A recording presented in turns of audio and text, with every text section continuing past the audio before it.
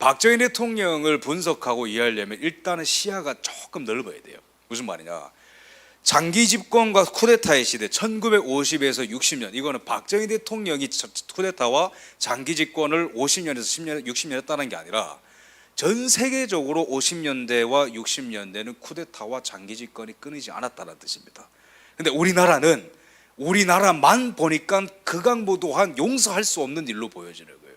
그래서 첫 번째, 쿠데타와 장기 집권의 시대라는 관점으로 우리가 이 50년대, 60년대, 70년대 넓게 관점을 바라봐야 박정희 대통령의 시대를 보다 입체적으로 이해할 수 있다, 이렇게 말씀드릴 수 있습니다. 두 번째, 4.19와 5.16의 역사적 의의. 그래서 우리가 보통 4.19를 높이 평가하고 5.16은 그냥 막 군사 정변이고 뭐 불법이고 박정희의 권력욕의 출발이다, 이런 식으로 가르치는데 그게 아니다라는 걸 알아야 박정희 시대의 첫 출발을 올바르게 이해해야 그 뒤도 다 이해할 수 있습니다. 세 번째, 민주화는 산업화의 결과다. 아마 정교조 선생님들이 이 소챕터 보면 좀 더 들어눕고 싶거나 거품을 물겠죠, 그죠? 민주화는 산업화의 결과다. 이게 무슨 말일까? 이거는 비교 정치사적으로 민주적 방법으로 민주주의를 달성한 나라는 없기 때문입니다. 산업화에 성공해야 시장의 영역이 국가 정부로부터 해방이 되어야 민주화가 됩니다. 근데 대한민국은 정확하게 그 차례대로 갔어요. 민주주의로 합시다, 민주주의를 합시다 라고 해서 잘된 나라는 없습니다. 북한의 정식 국가 명칭이 뭔지 아시죠? 조선인민민주주의공화국입니다. 민주주의, 그죠? 다 민주주의가 들어가요. 민주주의. 그래서 어떤 민주주의가 중요하냐? 근데 박정희의 민주주의는 달랐다. 4번. 그래서 박정희의 업적과 유산은 무엇이냐, 이렇게 볼 수 있겠습니다. 우리가 보통 박정희 대통령의 모습을 보면은 이사짐을 많이 보죠, 그죠? 제가 요즘에 다음 세대가 어떻게 교육받나 학교 교과서를 쫙 보는데 다 학교 교육에서 이렇게 새끼 가르치더라고요. 그냥 군인인 이상한 사람이 나타나가지고 권력을 탈취했고 그 뒤에 독재를 했다, 이게 끝입니다. 하지만 이제 아주 중요한 것은 나라 만들기 과정이었다라는 전제로 역사를 봐야 된다고. 현대사는 우리는 근대성을 갖추지 못한 나라입니다. 왜? 일제시대 때 종교의 자유가 없었고 결사의 자유가 없었고 투표의 자유가 없었고 기본권이 보장되지 않았죠. 그 전에는 조선이라는 체제도 완전히 전근대적인, 대다수의 사람들이 노비가 아니면은 그냥 농민으로서 토지에 귀속이 되어 있는 어떤 그런 체제로서 태생과 하는 일에 따라서 신분이 결정되는 그런 전근대성은 한국에서 계속해서 이어졌죠. 그래서 대한민국 역사를 바라볼 때 무조건 나라 만들기라는 관점으로 봐야 돼요. 근데 제가 이제 챕터 1에서도 1강에서도 말씀드렸지만은 챕터 2에서도 이 네 가지 동그라미가 중요합니다. 국가 건설, 국민 만들기, 국민 참여, 부의 분배, 디스트리뷰션. 근데 이승만 대통령이 저 파란색, 초록색, 노란색은 많이 색칠을 해주셨어요. 아까 제가 다 말씀드렸고, 근데 빨간색은 색칠을 한 20% 정도 또는 스케치만 하시다가 미국과의 이 대립 속에서 정권이 끝난 겁니다. 3.15 부정선거도 있지만 본질적으로 미국과의 대립이 있다가 제가 설명드릴게요. 근데 만약에 저 빨간색 부의 분배가 일어나지 않는다면은 정말로 마음은 아프지만은 저 아무리 다른 색깔을 다 색칠해도 민주화는 달성이 안 됩니다. 그게 냉혹한 세계사에 흐르는 일관성이자 법칙이요, 하나의.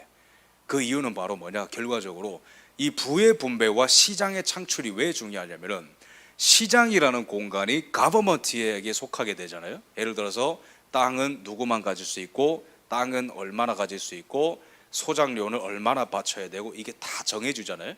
그러면은 그 땅과 시간과 모든 선택에 인간의 자율성이 부여되는 게 아니라 누군가에게 허락을 맡아야 되는 거예요. 여기서 농사를 져도 됩니까? 안 된다. 내가 이만큼 열심히 일하는데 이만큼 가져도 됩니까? 안 된다. 내가 저기 가서 이사 가서 살아도 됩니까? 안 된다. 내가 바다에 나가서 상업을 해도 됩니까? 안 된다. 다 조선이란 그런 공간이었어요. 그래서 조선에서 허락받지 않는 상인을 뭐라 불렀죠? 난전이라고 불렀어요. 난전. 근데 난을 한자로 하면 뭐죠? 어지럽힐 난자죠. 질서를 어지럽히기 때문에 너네는 우리 관가의 허락을 받아야 장사를 할 수 있어. 아주 소수만이 합법적으로 상업을 할 수 있었어요. 그러다 보니까 인간의 선택, 내가 언제 몇 시에 일어나고 몇 시에 잘 거고 얼마를 벌 거고 이 번 돈을 어디에 투자할 거고 이거를 투자한 돈을 어디 집을 살 거고가 다 전면 차단된다는 거예요. 전 근대적 세계에서는. 그래서 정부의 어떤 이념이나 정부의 통치 철학에 따라서 인간의 모든 자유가 제약이 되는 거예요. 경제가 해방이 안 되면은. 근데 야, 시장이란 공간, 마켓이란 공간이 있으니까 자, 너네 국민들 가서 놀아잉. 나이키 운동화를 만들든 의사를 하든 마음껏 해. 절대 그런 순진무구한 일은 일어나지 않죠. 시장을 창출을 해줘야 되는 거예요. 그러면서 개인이 정부로부터 일일이 허락을 맡아야 되는 그 의존성이 해제가 되게 되면서 민주화가 일어나는 겁니다. 그리고 개인들한테 물질적 권력이 생기면서 이제는 내가 세금을 내는 입장이니까 너는 내 말을 들어라. 가버먼트야. 주객 전도가 일어나는 거예요. 그게 근대화입니다. 그렇기 때문에 산업화가 안 되면 그 어떤 나라도 민주화가 안 되는 거예요. 간단하죠, 그죠? 근데 이승만만이 아까 그 자유의 길을 알았다 말씀드렸죠. 근데 60년대도 똑같습니다. 오직 박정희만이 그 길을 알았어요. 그 스토리를 좀 전해드리도록 하겠습니다. 일단 쿠데타와 독재 시대라고 제가 말씀드렸죠. 장기 집권의 시대. 근데 58년에 태국에서 쿠데타가 일어납니다. 우리나라만 쿠데타 일어나는 거 아니었나? 이 화살표를 가르쳐 주셨지. 그 다음에 터키 쿠데타. 그 다음에 넘어가네요. 콩고 쿠데타 60년. 비슷하죠. 근데 박정희의 5.16이 1961년입니다. 근데 1960년 라오스 내전. 어라, 한두 건이 아니네. 계속 일어나는 거예요. 그러면은 여기는 그럼 아시아나 이런 데는 뭐 덜 떨어져서 그렇지 뭐 그럴 거 아니에요. No, 유럽도 똑같습니다. 독일이 어떻게 탄생했죠? 쪼개져 있는 나라를 비스마르크가 통일시키면서 독일이라는 게 생겼죠, 그죠? 근데 이때 전쟁이 없었나요? 아닙니다. 팍 터지게 싸웠죠. 내전했죠. 프랑스랑 싸웠죠. 이게 뭐냐면은 국가 만들기가 왜 어려운 줄 아세요? 우리는 어떤 통치를 받을 거냐, 이거는 모두의 관심사기 때문에 권력을 갖고 충돌을 하는 거예요.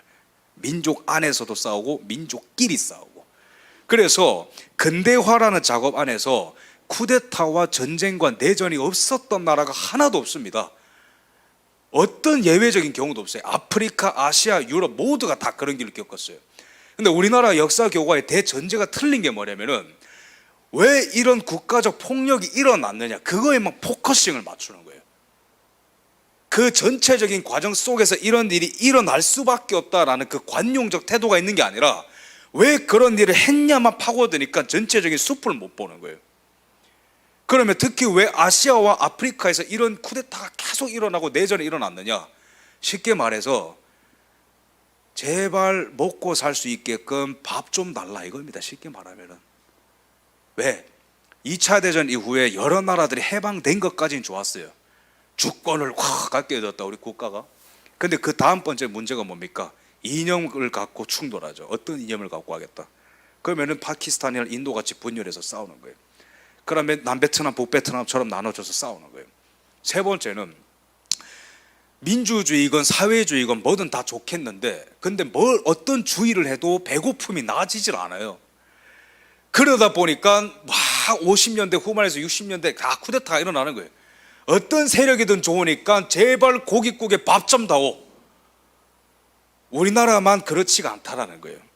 근데 이 나라 이런 이제 그 분열과 막 이런 일들이 일어나는데 박정희 대통령 보고 17년 통치했다고 그렇게 많이 욕을 하죠. 근데 조금 우리가 시야를 넓게 가지자. 필리핀의 마르코스 대통령 몇 년 했죠? 21년. 베트남의 호치민 북베트남의 주석 24년. 리비아의 카다피 주석 이 몇 년이야 이거? 45년. 인도의 네루 총리 17년 하고 사망했죠? 리칸유 싱가포르의 총리 31년.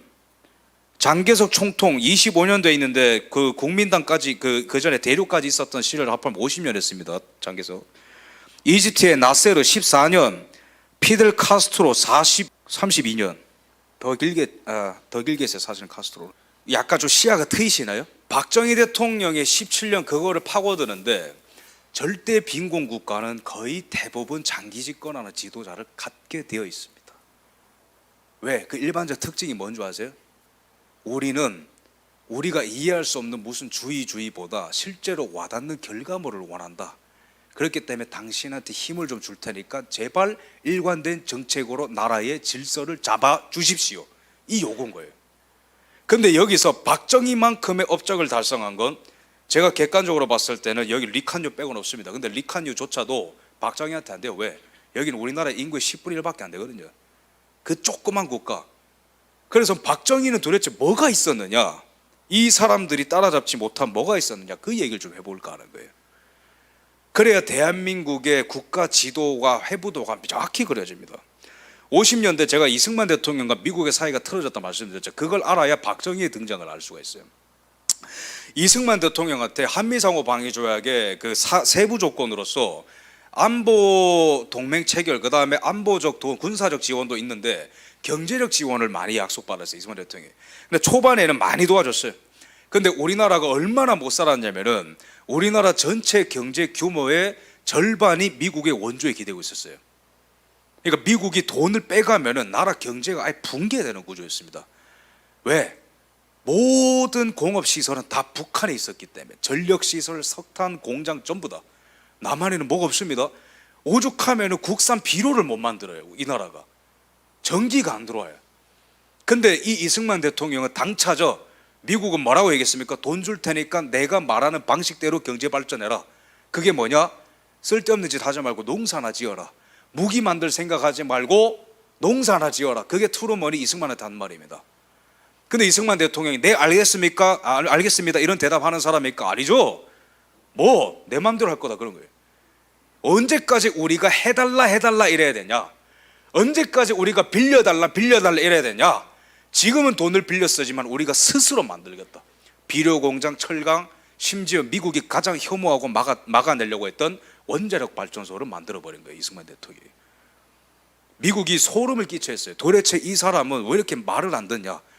돈을 받았으면 좀 말을 들어야 될 건데 돈은 돈대로 다 받고 말을 안 듣는 거야. 그러니까 돈을 빼내겠다 이랬어요. 이승만 대통령이 뭐라고 협박했는지 아세요? 빼내가 니네가 줘놓고 너네 때문에 우리나라 전쟁 났는데 절대 못 빼가. 그래서 한국은행에 예금돼 있던 미국 자산을 동결시켜 버렸어요. 그러니까 미국이 화가 나지. 그래서 레짐 체인지를 하고 싶었던 거예요. 에버레디 작전 이후에도. 그래서 이승만 제거해라. 그게 50년대부터 그의 미국이 민주당을 지지해주게 되면서 민주당이 계속 내각 책임제를 48년에 아까 실패했다 말씀드렸죠, 이승만 때문에. 근데 52년, 56년, 60년 계속 시도하는 거예요, 내각제를. 권력에 미쳐가지고 미국의 비호도 얻었겠다. 미국과 이승만의 사이가 멀어졌겠다. 미국이 경제 원조 끊겠다 하니까 민주당이 이제 내각 책임제를 걸고 미국이 밀어주고. 그래서 그 52년에 부산 정치파동이 일어났을 때 이것도 이승만 대통령 비리라고 하는데 그런 거 아닙니다. 미국이 한국의 민주당을 밀어가지고 이승만 대통령을 보내고 내각 책임제를 하려고 했었어요. 근데 이승만 대통령은 직선제로 가야 된다. 그게 52년에 충돌했거든요. 근데 국회의원들이 버스를 타고 있는 그거를 거의 이제 반협박식으로 군대를 보내가지고 점거를 해버렸어요. 근데 이승만 대통령이 그걸 뭘 알았냐면은 이 사람들이 분명히 미국에 지금 뒷돈을 받았다. 그래서 국회의원들 주머니 다 뒤져보니까 달러가 다 튀어나온 거예요. 이승만 제거하려고 미국이. 그만큼 사이가 안 좋아요. 으르렁거리고. 근데 미국이 50년대 후반으로 가면은 아이젠하워 임기 말로 가면은 세계에 적극적으로 개입해야 된다는 거에 더 회의감이 드는 시대거든요. 그러니까 돈을 완전히 다 빼버리는 거예요. 한국에 줬던 거를. 그러니까 이승만 정부가 경제 토대를 닦고 나가고 있었는데 미국 원조가 줄어드는 거. 50년대 계속 줄어. 29억에서 3억으로 1억으로 쫙 줄어드니까 이거 65년 넘어가죠.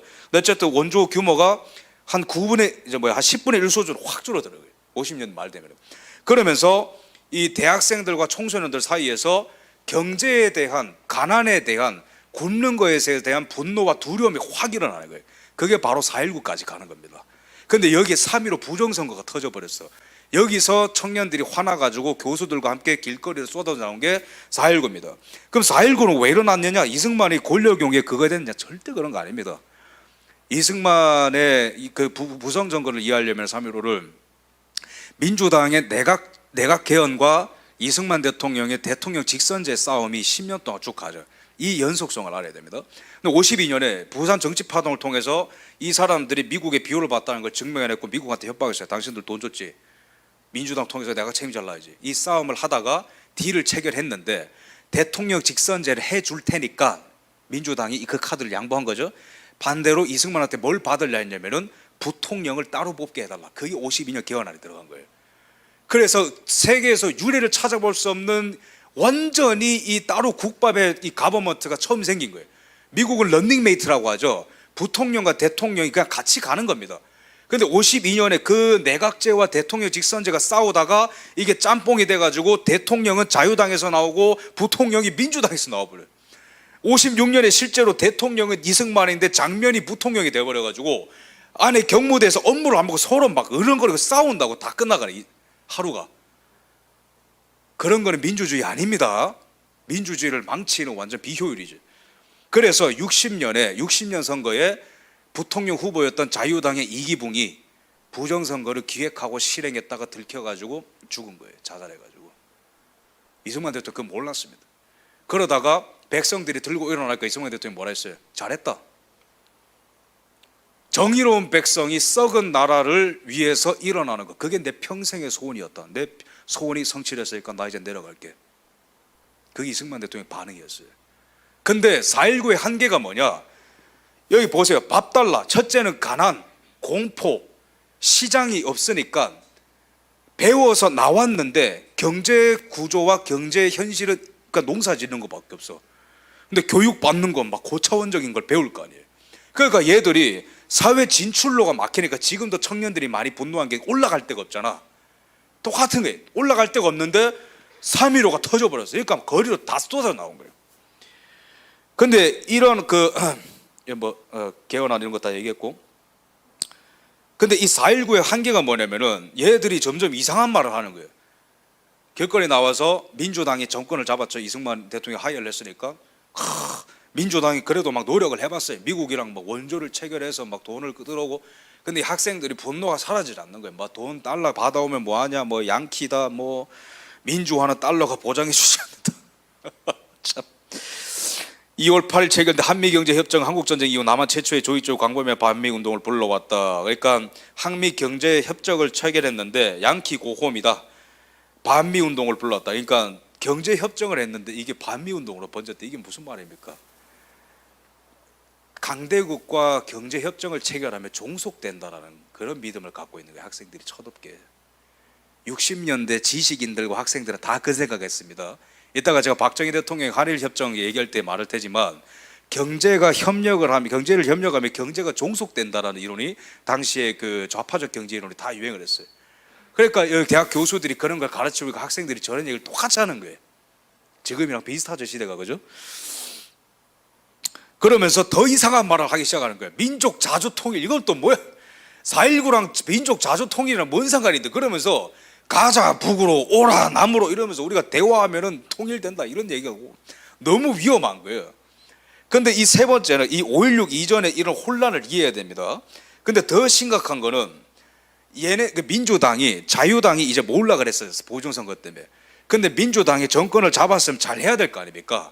근데 이 정권은 처음부터 내각제를 했기 때문에 이승만 중심의 대통령을 정점으로 하는 그런 어떤 대통령제가 아니라 대통령과 총리를 섞어가지고 있는 이상한 그 정부 형태를 만들어버렸어요. 그러니까 제일 위에는 윤보선이 있는데 그 밑에는 자명 총리가 있어요. 그럼 이게 단점이 뭐냐면은 권력과 권한을 서로 나눠가져요. 그래서 계엄령을 선언할 권한은 뭐 대통령한테 있고, 그다음에 근데 군의 권한은 총리한테 있고, 근데 군 통수권자는 막 대통령이다. 그러니까 막 따로 노는 거예요. 모든 게 다. 그러니까 대통령과 총리가 따로 있으니까 민주당 안에서 싸움이 일어날 거 아니에요. 대세는 윤모선이다, 대세는 장면이다, 같은 당이니까. 그러면 자기들이 단합해서 나라를 끌고 가는 게 아니라 윤보선의 구파와 장면의 신파가 나눠져 자기들끼리 정파 싸움하고 있는 거예요. 그러니까 좋은 법안을 통과시킬 때 힘을 실어줘야 견제를 해요. 견제를 하죠. 왜? 이거 통과시키면 저 개파가 인기를 얻으니까 당연히 방해를 하지. 그래서 통과를 못 시키고 국회에 계류되어 있던 법들이 뭐냐면 국가보안법, 대모방지법 이런 겁니다. 그러니까 민주적으로 인해서 민주적으로 나라가 망할 수도 있다니까요. 서양 철학사를 보면 다 아리스토텔레스나 몽테스키에 이런 철학자들이 그걸 다 경고한단 말이에요. 다수의 뜻에 따라서 나라가 망할 수도 있다. 근데 우리나라는 그걸 몰라. 근데 어쨌든 그런 일이 일어나는데 가자 북으로 오라 남으로 막 이러고 있고, 미국이랑 뭐 해보겠다는데 양키 고홈 이러고 있고, 정치인들은 서로 막 싸우면서 네가 잘했니 내가 잘했니, 윤보선과 장면이 만나면 쌈박질만 하는 거예요. 네가 잘했니 내가 잘했니 막 이러면서 나라가 안 돌아가요. 그러다가 이런 어지러움을 수습했던 게 바로 당시에 가장 실력이 있다고 평가받았던 20대 후반에 30대 초로 이루어져 있던 5.16의 주역들입니다. 박정희 대통령이 여기서 나이가 제일 많았어요. 1917년이고 61년이니까 여기다가 44살 정도 됐죠. 근데 박정희 대통령이 제일 나이가 많고, 그 밑에 있는 사람들은 소령, 중령, 대위 이런 사람들은 20대 후반, 30대 초반 다 젊은 제 나이 때 사람들이 혁명에 참여한 거예요. 이 사람들이 혁명을 왜 했냐면은 도저히 이 나라가 나아질 것 같은 기미가 어떤 분야에서도 보이지가 않는다. 뭘 해보려고 하는 것 같은데 안보와 경제를 끌고 갈 수 있는 비전도 없고, 안보와 경제를 개선시킬 수 있는 법안은 통과가 안 되고 있고 자기끼리 싸운다고. 세 번째는 대중들도 타락했고 대중들도 참된 길을 못 알아보고 있다. 그래서 이 혼란을 우리가 수습하겠다라고 나온 거예요. 이 연속성을 알아야 되는 거예요. 근데 이러면서 5.16의 주역들이 서울 도심을 쫙 들어옵니다. 들어오는데 이 학생들이 뭐 박수 치고 있고 어른들이 들어오고 있는데, 이게 우리 지금 그 선배 세대들은 기억을 하고 있겠지만 이거 사람들의 많은 지지를 받았던 혁명 운동입니다. 5.16이. 왜냐하면은 대다수에 상관없이 방관하고 있던 사람들은 나라가 잘못되어 가고 있다고 느끼고 있었거든요. 이때 당시에 이 시위에 참여했었던 어떤 대학생의 증언을 들어보면은 드디어 이 나라가 안정화되겠구나. 박정희의 얼굴을 보고 안도의 한숨을 쉬었다. 왜? 그 눈빛과 그 근엄한 자세를 보니까 이 사람이 뭔가를 할 것 같다. 그런 얘기죠. 안도의 한숨을 쉰 거예요.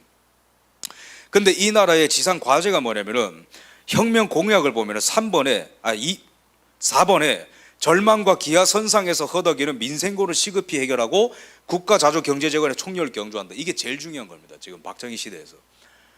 이게 안 돼서 4.19가 일어났고, 이거를 해결해야만이 대한민국이 아까 이승만 대통령이 만들어 놓은 국민 만들기, 국가 건설, 국민 참여, 맨 마지막에 이 디스트리뷰션이 얼마나 중요한지 제가 말씀드렸죠. 이 마지막에 빨간색 동그라미가 띵 불이 들어와야 나머지 것들이 불이 들어오면서 유기적으로 서로 상호작용하면서 민주공화국이 만들어지는 거예요. 그렇다면 박정희의 정신세계는 뭐냐? 그 구체성과 그 탁월함은 어디서 나왔느냐? 그것은 바로 이 사람의 가난에서 나왔습니다. 박정희의 정신세계에서 가난이라는 키워드를 이해하지 못하면 박정희의 생애를 이해할 수 없어요.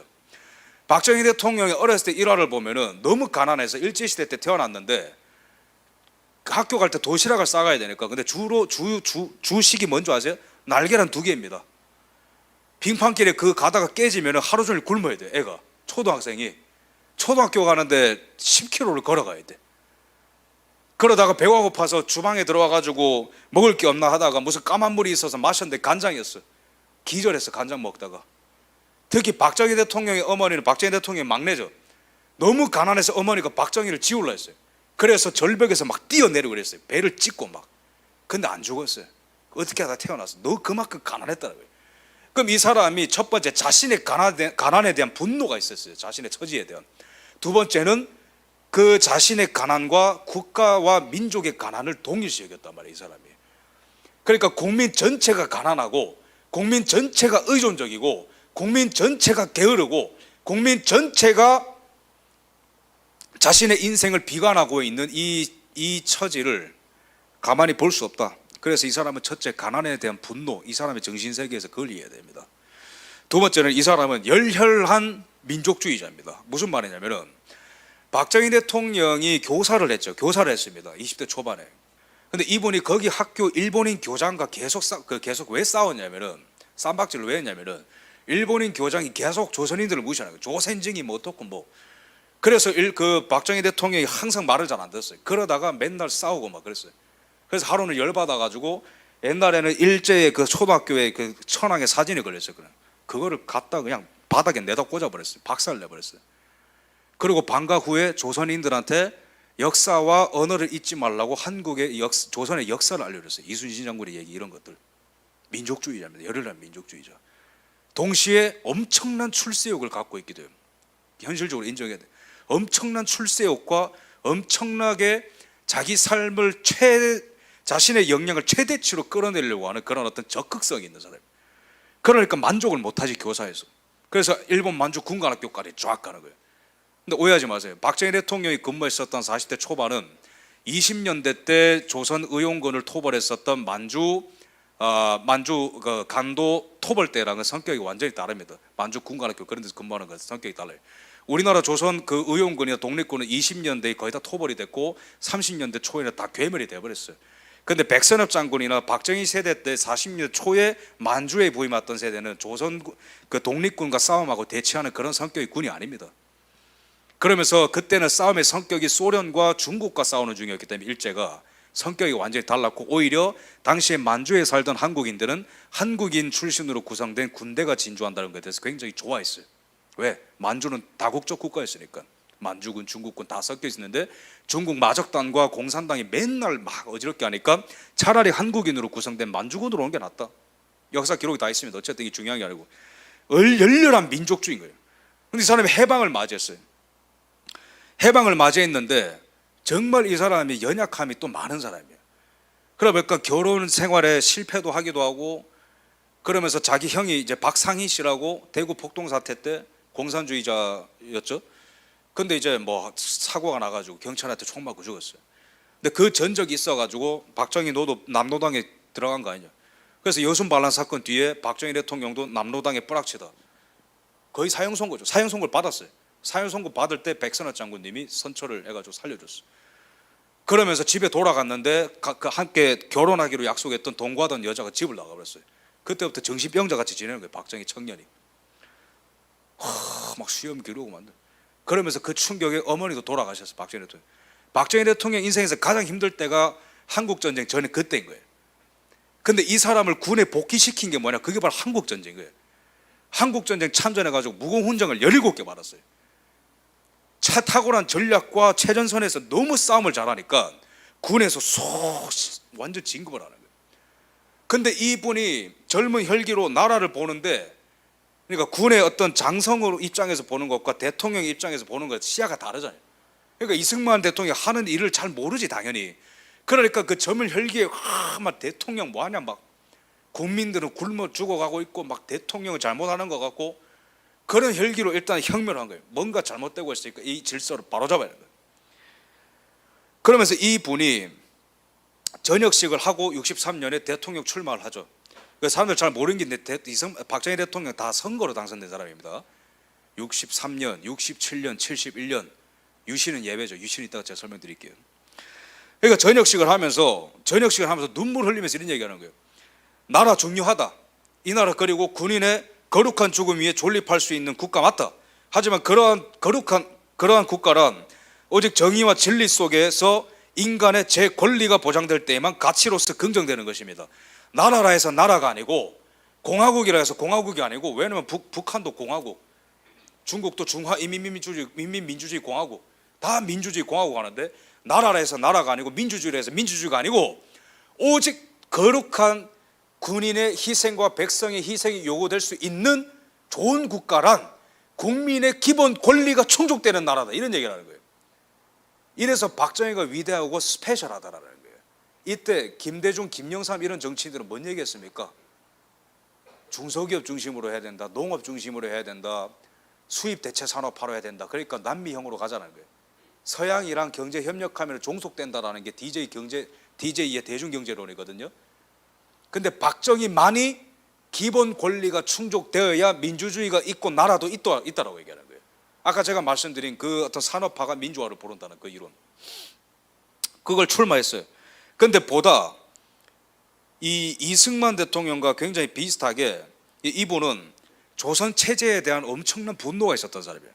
우리 민족에 나갈 길이라는 책을 읽어보면, 박정희 대통령이 쓴 책을 읽어보면은 그 조선의 병폐에 대한 분노가 가득해요. 그 책에 보면은 어찌 이렇게 이 민족이 게으르고 당파적이고 아무것도 가진 적 없으면서 도덕적으로 숭고한 척은 하고 아무것도 할 줄 아는 게 없고 남의 나라한테 도와달라고 남한테 돈 빌려달라는 거 부끄럽지 않아 하고 시간 약속 안 지키고 어떻게 이 나라 이민족이 이렇게 됐냐. 하지만 사람들이 잘못된 게 아니라 이 체제와 이념이 잘못됐기 때문에 그런 거다. 내가 이 병폐를 고치겠다. 그래서 박정희 시대를 결정지을 수 있는 대전환점은 뭐냐면은 조선시대는 사농공상의 세계죠. 양반이라는 사가 제일 위에 있고 농사 짓는 사람이 있고 상놈이 되는 거예요. 상업하는 사람은 상놈이 되는. 세 번째, 공, 만드는 사람은 제일 끝자락에 속하고 그 밑에 노비가 있는 거예요. 하는 일에 따라서 사농공상의 세계가 정해지는 게 조선이라면은 박정희 대통령은 거꾸로 가죠. 상공농사의 세계로 간다. 사고 팔 수 있는 사람이 최고인 사회, 그 다음에 만드는 사람이 두 번째 최고의 대우를 받는 사회, 상공농, 그 다음에 열심히 일하는 농민, 땀 흘리는 사람들, 그리고 제일 밑에 지식인 및 관념주의자들, 한신바따 지식인들. 박정희 대통령이 제일 싫어했던 게 아무것도 모르는 관념주의자들, 교조주의자들. 민주주의 합시다, 민주주의 합시다. 박정희 대통령이 물어보는 게 뭐예요? 민주화가 뭔데? 라고 물어보는 거예요. 민주화를 어떻게 할 수 있는지 물어보는 거예요. 그래서 박정희 대통령이 가장 사랑했던 사람들이 물건을 사고 팔 줄 알고 돈 벌어 오는 사람들을 가장 우대했고, 그 다음에 그 자신이 마치 예언처럼 한 말이 뭡니까? 나는 서민 속에서 자랐고 서민 속으로 돌아감으로써 내 삶을 마감하겠다. 그러면서 가장 실제로 사랑했던 사람들이 바로 농민들입니다. 왜? 국가 인구의 80%가 다 농민이니까. 본인이 농가에서 자랐으니까. 본인이 그 속에서 나고 자랐고 한국을 사랑하는 경험을 했으니까. 그러면서 박정희 대통령은 이 가난을 보면서 분노에서 끝난 게 아니라 자기 자신을 불태움으로써 이 가난을 없애버리겠다. 멸사봉공, 나를 살을 없애므로써 공을 받들겠다. 나라와 민족을 받들겠다. 내 일생 우리 민족과 국가를 위하여. 이게 박정희 대통령의 정신인 거예요. 굉장히 군인적이고 굉장히 일본스러운 한국적인 그런 특징을 갖는 거죠. 왜냐하면 일본이 그런 거잖아요. 살을 멸함으로써 공을 받든다. 그래서 다시 한번 그림으로 쉽게 설명드리겠습니다. 이게 바로 조선이라는 전근대이자 유럽에 있었던 전근대 또는 중세적 체제인 거예요. 정부가 세속 권력이 커다랗게 있습니다. 그래서 마켓에서 일어날 수 있는 일을 다 정해주는 거예요. 중세적 이런 체제는 뭐죠? 중세에도 하는 일에 따라서 신분이 결정되죠. 제일 성스러운 사람, 제일 영광스러운 길을 걷는 사람이 뭡니까? 사회에서 기도하는 사람. 영적인 것만 영적이다. 두 번째, 기사, 싸울 줄 아는 사람. 세 번째, 농사 짓는 사람. 그렇게 딱 정해버렸어요. 그러다 보니까 치고 올라갈 수 있는 일이 없고, 그리고 대항해 시대가 열리기 전에는 그 중세도 사회 근본, 사회 경제 근본이 다 농업 기반이기 때문에 여기서 다양성이 안 나오는 거예요. 그러다 보니까 다양하지 않으니까 토지, 눈에 보이는 것만 때려잡으면 다 잡히는 거예요. 그냥 시장이. 그러다 보니까 개인이 못 나가는 거죠. 밖으로, 토지 밖으로. 조선도 똑같아요. 눈에 다 보이잖아요. 때려잡을 게 보이잖아요. 그냥 양반만 길들이고 땅을 잡아놓으면 전 국민을 저기 넣어버리니까. 조선에는 바닷가 나가가지고 상업하는 것도 불법이었으니까요. 그러면 자연스럽게 시장이 정부, 국가 권력의 지배를 받게 되면은 시장의 영역에 있는 개인들의 선택, 신체, 시간, 공간이 다 제약됩니다. 그래서 시장이 국가 정부로부터 해방이 안 되면 절대로 민주화가 안 되는 거예요. 박정희의 위대함은 뭐냐? 시장이라는 영역을 해방시킨 걸 떠나서 시장을 만들어 버렸다는 거예요. 5천만 인구가 들어갈 수 있는 시장이라는 에이지 오브 디스커버리, 대항해 시대를 영어로 하면 에이지 오브 디스커버리거든요. 새로운 땅, 새로운 바다, 새로운 시장, 새로운 직업이 탄생하게 되면서 이제는 정부가 이거 해라 저거 해라 시키는 게 아니라 우리끼리 직업을 만들고 생산해서 서로가 서로를 필요로 하게 되는 거예요. 이 사람은 의사고 이 사람은 뭐 석탄 캐는 사람이고 저 사람은 자동차 운전수고, 예전에는 다 시켰는데 우리끼리 시장이라는 영역에서. 그러면서 정부가 할 일이 떨어져. 그래서 제한된 정부가 생김으로써 민주화가 되는 거예요. 이게 바로 서양이 걸어갔던 길입니다. 그래서 우리나라 현대사는요, 서양사를 쫙 공부하다 보면 길이 다 보입니다. 근데 이 대한민국의 정체성을 음해하려는 사람들은 계속 안 좋은 것만 얘기하죠. 그래서 우리나라의 민주화로 민주주의를 달성할 수 있다는 사람들은 이런 근대화의 조건들을 알아야 돼요. 그래서 이런 노예적 상황에 있는 사람들을 해방시키고 싶어 했습니다. 그래서 이 정부를 작게 만들고 시장이라는 영역을 크게 키웠죠. 이게 에이지 오브 디스커버리, 새로운 땅, 새로운 바다, 새로운 직업. 이게 왜 중요하냐면은 칼빈이 종교개혁을 16세기에 했지만은 동시대에 일어났던 게 에이지 오브 디스커버리이죠. 근데 여기서 중요한 게 칼빈의 위대함은 그 영역 주권과 직업 소명론에서 나타나는데, 예전에는 중세에는 하는 일에 따라서 신분이 결정되는, 그래서 기도하는 사람들이 최고, 그 밑에 있는 사람, 그 지상에서 뭔가를 만들어내고 파는 사람들 다 하층민으로 여겼어요. 근데 칼빈은 아니다. 하는 일에 따라서 그게 영적으로 분류될 수 없다. 어떤 일을 하든 간에 그 동기가 그리스도의 영광을 위해서라면 그 자체가 예배고 그 자체가 거룩이다. 완전히 다 바꿔버린 거예요, 이걸 시스템을 갖다가. 그런데 동시대에 또 이런 것들이 구현되고 현실화될 수 있는 장이 열렸어. 바다가 열리고 대륙이 발견되고 상업 중심으로 유럽이 재편되게 되면서 이게 기가 막히게 칼빈의 직업 소명론과 에이지 오브 디스커버리가 만나게 되면서 스위스, 네덜란드, 스코틀랜드, 잉글랜드, 미국이라는 나라가 탄생하게 되는, 바다 중심에. 대단하죠. 근데 우리나라는 문제는 그 다음에 이승만 대통령을 통해서 자유의 근본을 확 다졌어요. 근데 그 다음에 필요한 게 뭐냐면은 이러한 인간들이 자유롭게 살려면은 새로운 공간과 공간이 열려야 돼. 직업들이 열려야 돼. 다양성이 열려야 돼. 근데 이게 유럽에서는 에이지 오브 디스커버리를 나타냈는데, 박정희 대통령이 이걸 바로 수출 주도형과 중화공업으로 새로운 세계를 만들어낸 거예요. 농업 중심의 나라가 아니라. 그래서 대한민국만이 이렇게 엄청난 나라로 성장할 수 있게 된 겁니다. 근데 이 가난이 해결 안 되면요, 그러니까 우리나라 정체성을 비판하는 사람들이 그렇게 얘기하는 그 쿠데타가 오히려 더 일어나요. 가난이 해결 안 되면은 만인에 대한 투쟁이 계속 일어나는 거예요. 왜? 사람들이 열심히 일하고 자기 삶에서 목적을 달성하고 그런 것에 관심을 가지는 게 아니라 계속해서 정파 싸움이 일어나고 가난하고 불행하고 계속 범죄 일으키고 무질서가 계속 일어나는 거예요. 그래서 그런 것들을 다 잡고자 계속 독재자들이 일어나죠. 북아프리카, 중동 이런데. 그래서 이 오른쪽 상단에 있는 게 베네수엘라, 오른쪽 하단에 쿠바인데, 경제적 자유가 왜 중요하냐면은 경제적 자유가 해결 안 되면은 도덕도 같이 타락하기 때문에 그런 거예요. 베네수엘라 도덕이 그렇죠. 정말 가슴이 아픕니다. 저 나라들 최대 지금 그나마 외화를 벌어들일 수 있는 수단이 뭔지 아세요? 여성들 매춘이에요. 나라가 팔 수 있는 게 없으니까, 할 수 있는 게 없으니까 밤거리에 다 저런 거밖에 안 합니다.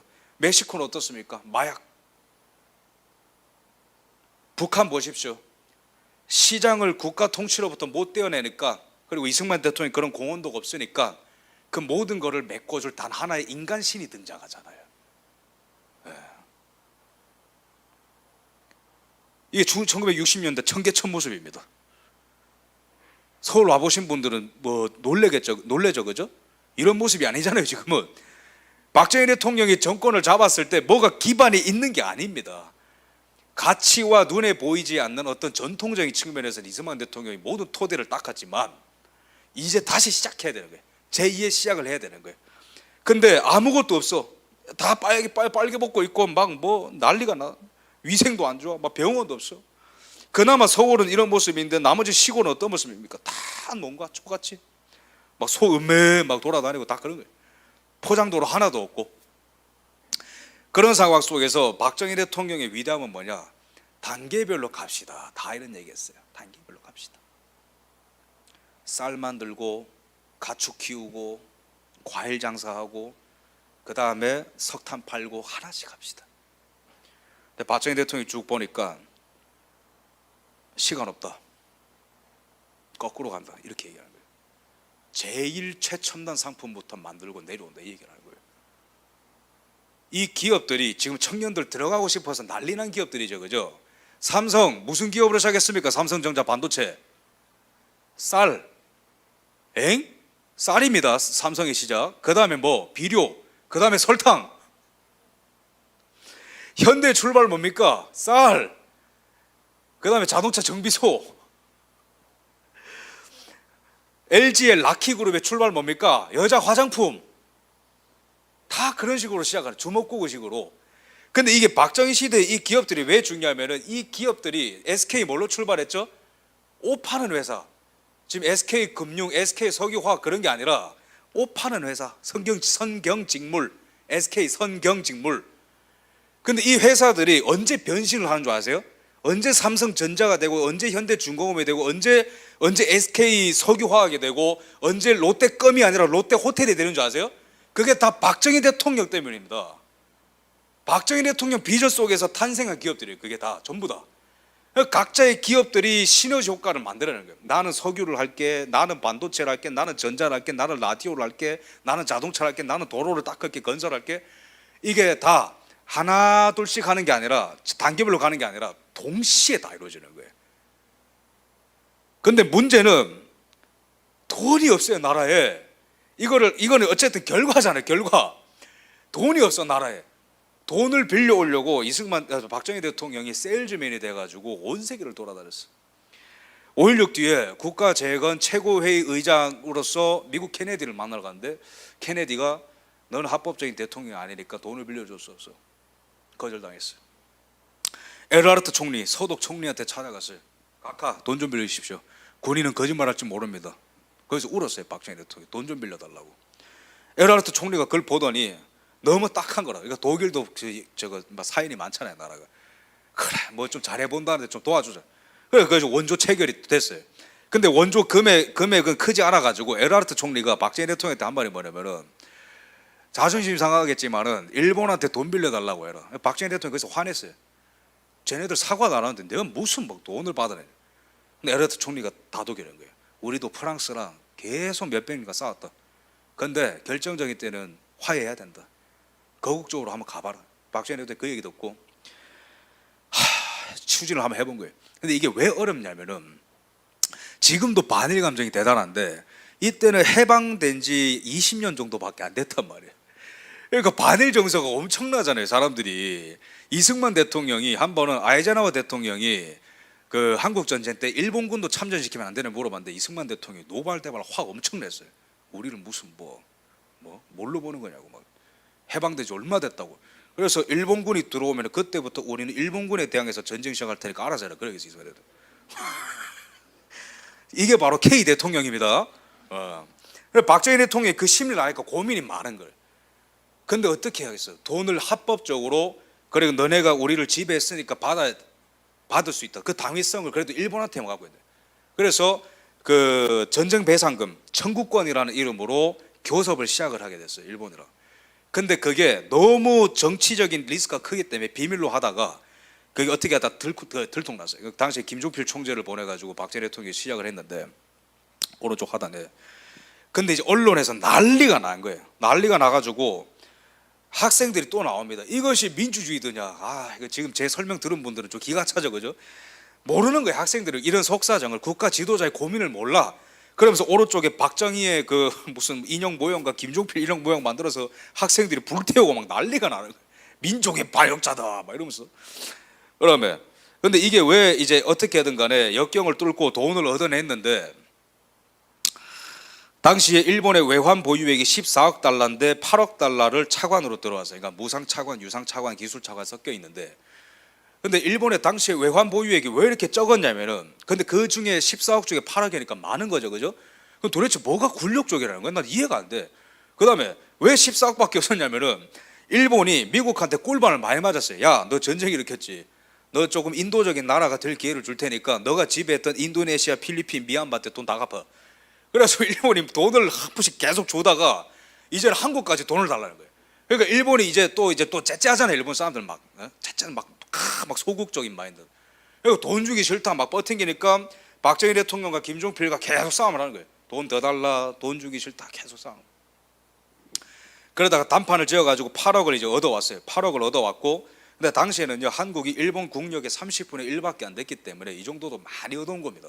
근데 문제는 더 대단한 거는, 돈을 얻어왔는데 아까 제가 말씀드렸죠. 뭐 미얀마, 인도네시아, 필리핀 이런 나라들도 다 그 전쟁 배상금을 통해서 그 명목으로 우리나라랑 비슷한 금액을 다 타갔어요. 근데 그 나라들은 돈을 어디다 썼는지 아세요? 백화점 만들고 국민들한테 다 뿌려버렸어요. 와, 사회주의, 포퓰리즘, 그걸 다 증발한 거예요. 근데 박정희 대통령이 그 돈을 어디다 썼냐? 경부고속도로, 포스코, 현대자동차, 미래의 대한민국의 미래 산업에 다 투자하는 거예요. 이 금액이 저는 다 자료, 공식 자료에 근거해서 얘기합니다. 경제기획원의 자료가 있죠. 이 보면은 포항제철, 뭐 중소기업은행, 철도청, 교통부, 내무부, 최신부 보면은 뭐 포스코, 경부고속도로 이런 거에 다 돈을 써버린 거예요. 그 다음에 국가의 산업을 일으키는데 다 원자재를 다 투자해 버리는 거예요. 근데 이걸 왜 이런 거를 60년대는 준비기간이고 70년대는 서서히 꽃을 피는 시기입니다. 중화공업이 60년대에 돈을 빌어와서 이렇게 다 돈을 투자하는 거예요. 근데 60년대를 준비기간으로 삼을 수 있었던 거는 비전이 있기 때문이죠. 우리는 수출과 중화공업으로 감으로써 남들이 순서대로 갔던 거를 우리는 역으로 제일 좋은 걸 만들어서 내려와서 외화벌이를 해서 내수시장을 키운다. 거꾸로 가는 거예요. 근데 그 비전이 있으니까 이렇게 하나 둘씩 하는 거죠. 근데 이게 또 박정희 대통령이 왜 위대하냐면은 이승만 대통령도 미국이 괴롭혔다 했죠. 돈 줬으니까 시키는 대로 해라. 근데 박정희 대통령도 똑같았어요. 당시에는 특히 케인즈 학파라고 하이에크는 시장 경제, 자유 시장 이걸 강조하고 케인즈는 정부의 통제 이런 거를 많이 강조해요. 그래서 정부가 시장보다 뛰어나다라는 이론이고, 그 다음에 또 어떤 이론이 유행했냐면 경제 이론이 이런 이제 막 해방돼서 크기 시작하는 나라들은 공업 같은 거, 중화학 같은 거 하지 말고 중화학 공업을 받쳐줄 수 있는 그런 나라로서 성장해라. 쉽게 얘기하면 농사지어라 이게. 그게 다 유행했어요. 세 번째 유행했던 게 뭐냐면은 남미형 국가입니다. 이게 뭐냐? 종속 이론이라는 건데 서양 강대국들과 협력을 하면 종속된다라는 게 유행을 했어요. 근데 남미도 서양에 대한 그러니까 프랑스, 포르투갈, 스페인 이런 나라들한테 반감이 심하잖아요. 그러니까 그 몇백 년 골맞던 게 터진 거예요. 이때 60년대, 70년대, 50년대. 그래서 수출을 하기보다도 자기들끼리 만들고 자기들끼리 사는 그런 내수 중심적 시장으로 회귀를 내버린 거예요, 남미가. 근데 그래서 수입 대체 산업화가 그래서 위험한 겁니다. 근데 박정희의 생각은 다르다는 거예요. 종속이 되는 게 아니라 그들보다 더 잘 만들면 되는 거 아니냐. 다 엄청난 자신감이에요. 그래서 거기서 살아남기 위해서 우리가 경쟁을 할 것이고, 경쟁하는 와중에 엄청난 퀄리티의 상품이 탄생할 것이고, 그게 바로 우리가 자립하는 길이다. 근데 남미는 거꾸로 가버렸어. 그래서 아르헨티나, 브라질, 칠레, 멕시코, 페루, 베네수엘라가 이 삶의 질이 계속 떨어져요. 경제 성장이 계속 떨어지는 거예요. 뒤로 갈수록. 베네수엘라 하루아침에 베네수엘라 된 거 아닙니다. 남미의 경제적 어려운 멕시코가 하루아침에 그렇게 된 게 아니에요. 이게 그래서 경제가 그래서 무서운 겁니다. 한번 큰 메가 트렌드가 올 때 못 올라타잖아요. 영원히 못 따라가요. 그거를. 박정희 대통령이 그거 알았다는 거예요. 지금 왔다, 타자, 시간 없다, 이걸 알았다는 거예요, 박정희 대통령이. 그래서 이거는 뭐 이제 경제 성장한다라는 거고, 그 다음에 긴 내용들을 다 추계하겠습니다. 그래서 63년에 수출 1억 벌은 사실 뭐 그냥 그간 모아온 거고 큰 의미는 없습니다. 64년에 베트남 파병, 여기서 이제 돈 좀 벌었어요.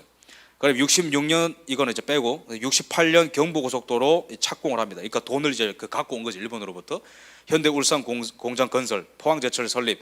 그러니까 우리나라의 국부를 창조할 수 있는 기업들이 이때 하나씩 건립이 되는 거예요. 이미 있었던 게 아니라 원래 쌀 만들던, 비료 만들던 그런 회사들.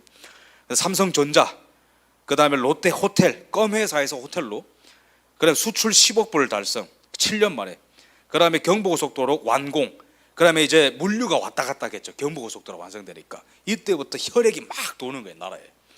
그 다음에 현대중공업, 조선석 기공, 삼성전자 첫 TV 생산, 포항제철 준공, 이제 철이 나오기 시작하는 거예요. 국산 첫 자동차, 77년에 수출 100억 불.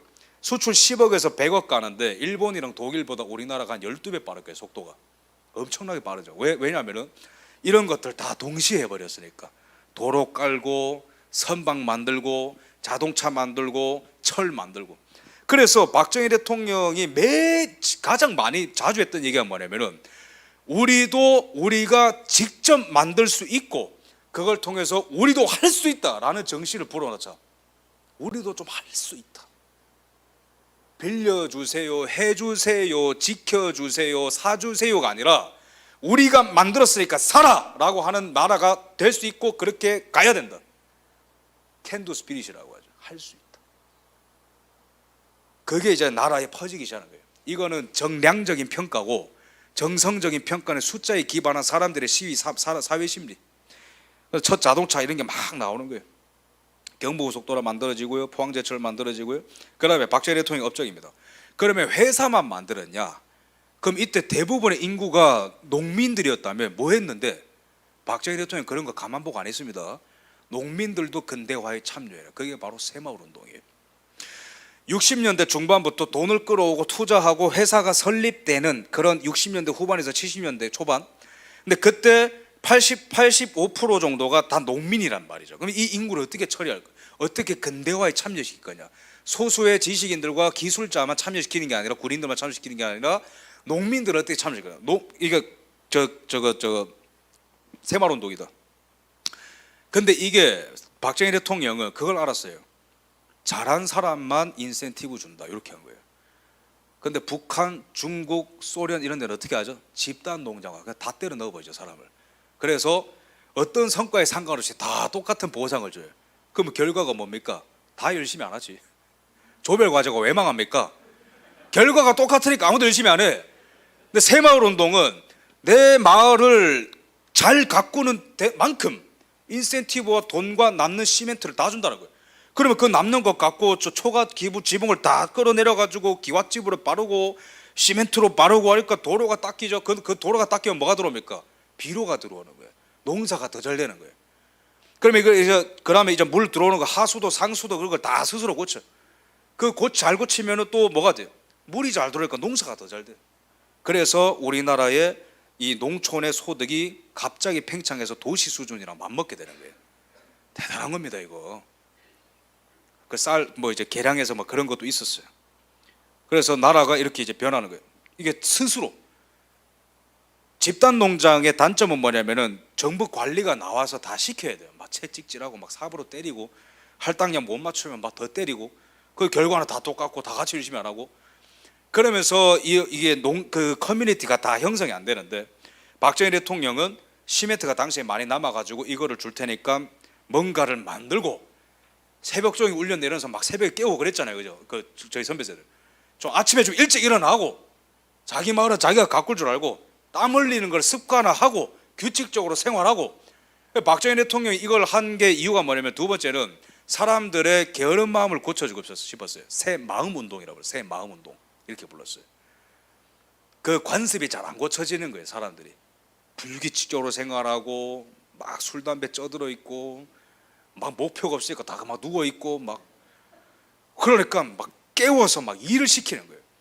그럼 농촌 근대화를 통해서 그 다음에 일어난 게 뭐냐? 그 다음 시너지가 뭐냐면은 그 와중에 기업들이 탄생하고 있다 말씀드렸죠. 공장들이 만들어지고 있어요. 여기서 일하고 땀 흘리고 근대형 인간으로 만들어지는 인간들이 도시로 진출하게 되면서 밸런스가 또 맞아지게 되는 거예요. 그때 기독교 인구가 박정희 시대 때 8배 성장합니다. 왠 줄 아십니까? 교회에는 삶의 목적을 가르쳐주고, 당신이 여기서 일을 하고 돈을 벌어들이고 여기까지 온 것에 대해서 이유를 설명해 주거든. 하나님의 주권 속에서 당신이 행한 하나님의 계획은 이겁니다. 당연히 제일 중요한 것은 구원이죠. 그러면서 이 도시화와 이 교회의 성장이 맞물리게 되면서 엄청나게 모든 게 팽창을 하는 거예요. 그러면서 한국형 에이지 오브 디스커버리가 70년대에 꽃을 피우는 겁니다. 농촌과 도시의 균형적인 발전과 시장의 창출과 부의 창출과 사람들이 새로운 공간으로 나아갈 수 있는 그런 일들이 막 70년대 초반에 꽃을 피우고 있었는데, 여기서부터 중요한 겁니다. 엄청난 세계적인 위기가 다가오게 되는 거예요. 그게 바로 뭐냐면 닉슨 독트린이라고 하는 겁니다. 이게 어마어마한 쇼크를 갖다 줬어요. 한국의 안보 경제가 68년부터 사실 흔들리고 있었어요. 근데 그게 조짐이 70년대 초반부터 막 드러나는 거죠. 그러면서 72년에 그 어마무시한 유신 선언이 나오는 거예요. 근데 이것도 한번 우리가 맥락으로 좀 봐야 됩니다. 유신의 내용을 보면 어마무시합니다. 대통령 직선제 폐지, 국회의원 3분의 1이 대통령 추천으로 선출, 대통령에게 헌법 효력까지도 정지시킬 수 있는 권한 부여, 국회 해상권 부여, 대통령의 임기를 6년으로 연장, 근데 이런 것들이 유신 헌법입니다. 박정희 대통령이 긴급 비상조치를 선언했어요. 근데 이거를 국민투표에 붙이겠다. 근데 국민들은 아이러니하게도 91%가 참여했는데 그중에 찬성이 91%다. 이걸 도대체 어떻게 해석해야 되냐. 그래서 72년 10월 17일에 유신 선언이 되고 27일에 통과가 됐죠. 이걸 바로 유신 체제라고 하고, 그렇게 서슬퍼런 유신 권력 막 이런 얘기 많이 하는데, 이거를 도대체 어떻게 봐야 되냐. 70년대 초반까지의 박정희 대통령 공헌을 알겠다. 근데 뜬금없이 왜 72년에 이러한 어마무시한 대한민국의 헌법을 파괴했다고 볼 수 있는 이런 무지막지한 어떤 행동을 하게 됐는가. 그건 바로 60년대 후반부터 일어나는 일련의 대한민국을 향한 총체적 위기를 이해를 해야 됩니다. 닉슨이라는 사람이 68년에 대통령이 됐어요, 미국에.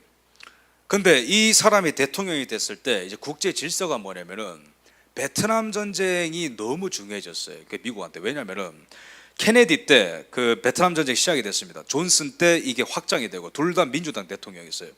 근데 처음에는 냉전이다, 소련과의 대결이다, 이런 명목으로 베트남전 참전을 찬성을 했고 싸웠는데, 싸우다 보니까 전쟁이 너무 길어져. 두 번째는 미디어의 발전으로 칼라 TV 같은 게 보급됐어요. 그러니까 한국 전쟁이랑 좀 다른 거. 한국 전쟁은 미디어가 잘 발달 안 되고 흑백이고 잘 보도도 안 되고, 근데 그런 전쟁조차도 트루먼이 길게 끄니까 지지율이 완전히 고공 하락을 했거든. 근데 이제 칼라 TV 나오고 막 기자들 가서 막 보도하고 막 너무 잔인한 장면 실제로 보여주니까 미국 사람들이 놀란 거예요. 자유를 지키는 건 좋은데 이건 심하다, 나와라. 그래서 존슨이 임기 말로 갈수록 지지율이 완전히 하락을 하고, 그런 배경 속에서 공화당의 리차드 닉슨이 대통령이 된 거예요. 그럼 이 사람의 목적은 뭡니까? 무조건 베트남 전쟁을 끝내야 되죠.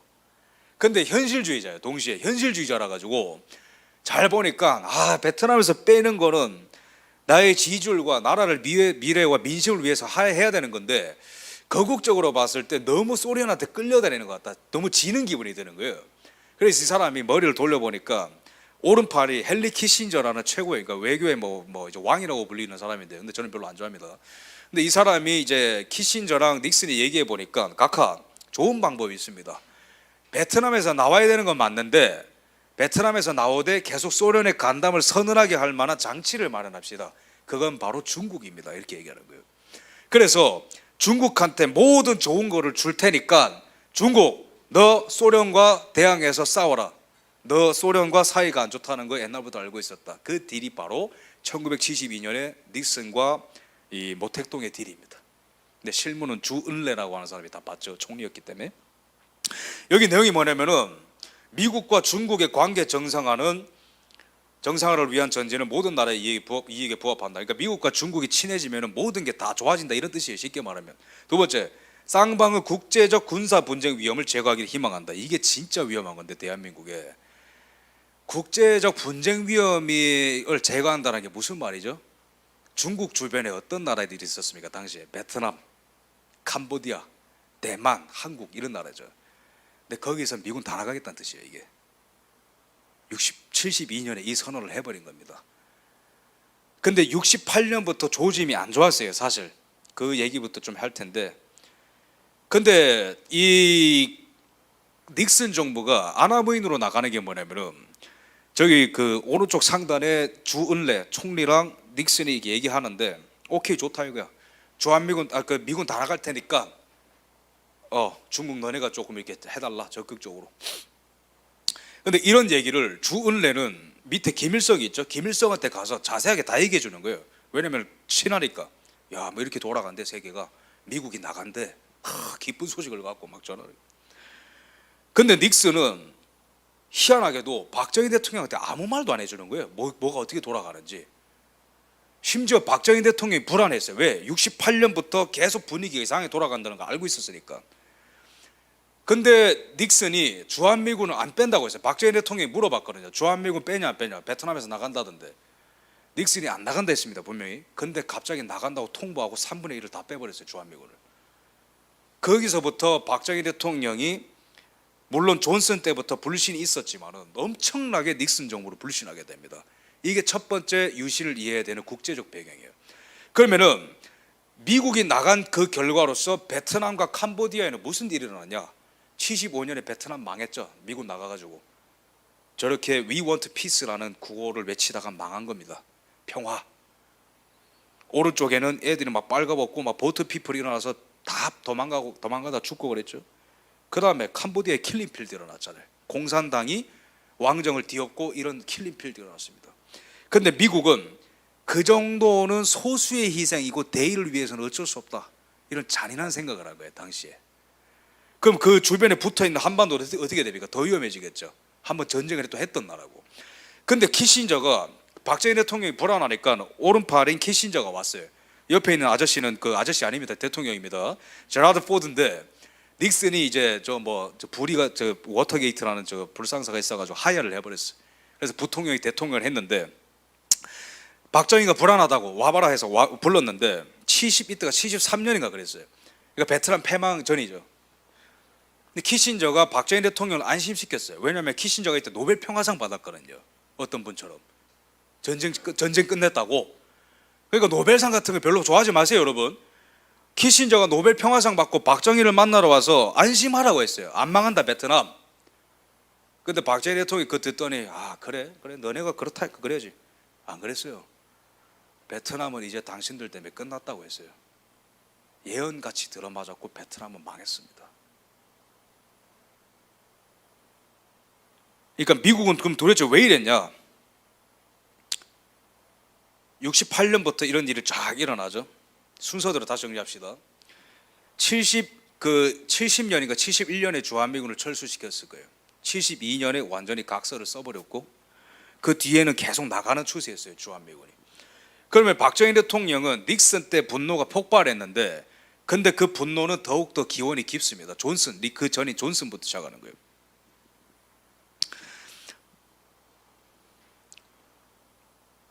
(68년 1월 21일에) 김신조 외 30명 북한의 특수부대가 박정희 대통령을 암살하려고 내려온 사건이 있었어요. 근데 그게 거기 이제 산에서 일하는 그 산나무 베는 그 나무꾼들이 발견해가지고 조기에 신고돼서 망정이지, 청와대 거의 바로 앞까지 왔습니다. 총격전하다가 31명 중에 30명이 다 죽고 김신조가 붙잡혔는데 물어봤어요. 당신 왜 내려왔냐? 박정희 모가지 따라왔수다, 이렇게. 그러면 김일성을 왜 그런 무모한 짓을 했냐? 베트남처럼 패망시키려고 게릴라전을 시도하는 거예요 얘가, 김일성이.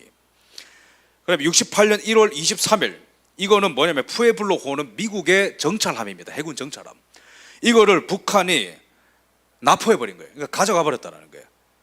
근데 가져갔는데 여기서 박정희 대통령이 충격을 받는 게, 납포된 게 충격받은 게 아니라, 그리고 본인을 암살하려는 것도 어떻게든 참을 수 있는데, 미국이 여기서 존슨 정부가 임기 말이었기 때문에 북한을 규탄을 안 하는 거예요. 왜? 또 다른 베트남 전쟁이 될까 봐 가만히 있는 거예요. 북한이 이러고 있는데, 최전방에서 싸우는 동맹국의 지도자를 암살하러 왔고 자기 나라 배 훔쳐갔는데 존슨 정부가 말을 못하는 거예요.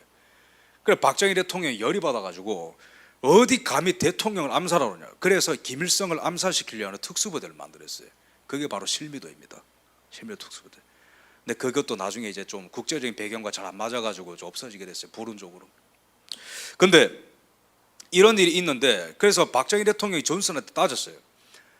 어떻게 대통령을 암살하러 왔고 당신들의 배를 훔쳐가고 있고 1년에 몇십 번 몇백 번 무력 도발을 하는데 가만히 있을 수 있냐? 우리가 해치우겠다, 이런 얘기했어요 진짜로. 근데 존슨 정부가 제발 하지 말아달라고 말렸어요. 왜냐하면 또 다른 베트남 전쟁이 되면 안 되니까. 그래서 군사 원조로 만족을 했어요 존슨 정부 때. 근데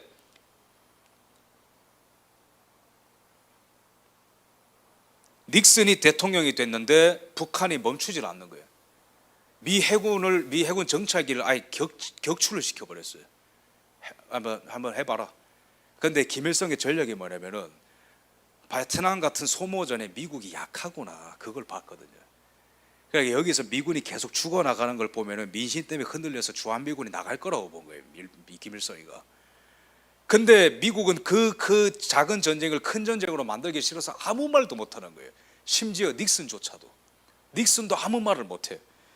근데 이 상태에서 갑자기 주한미군을 철수시켜요. 70년이네요.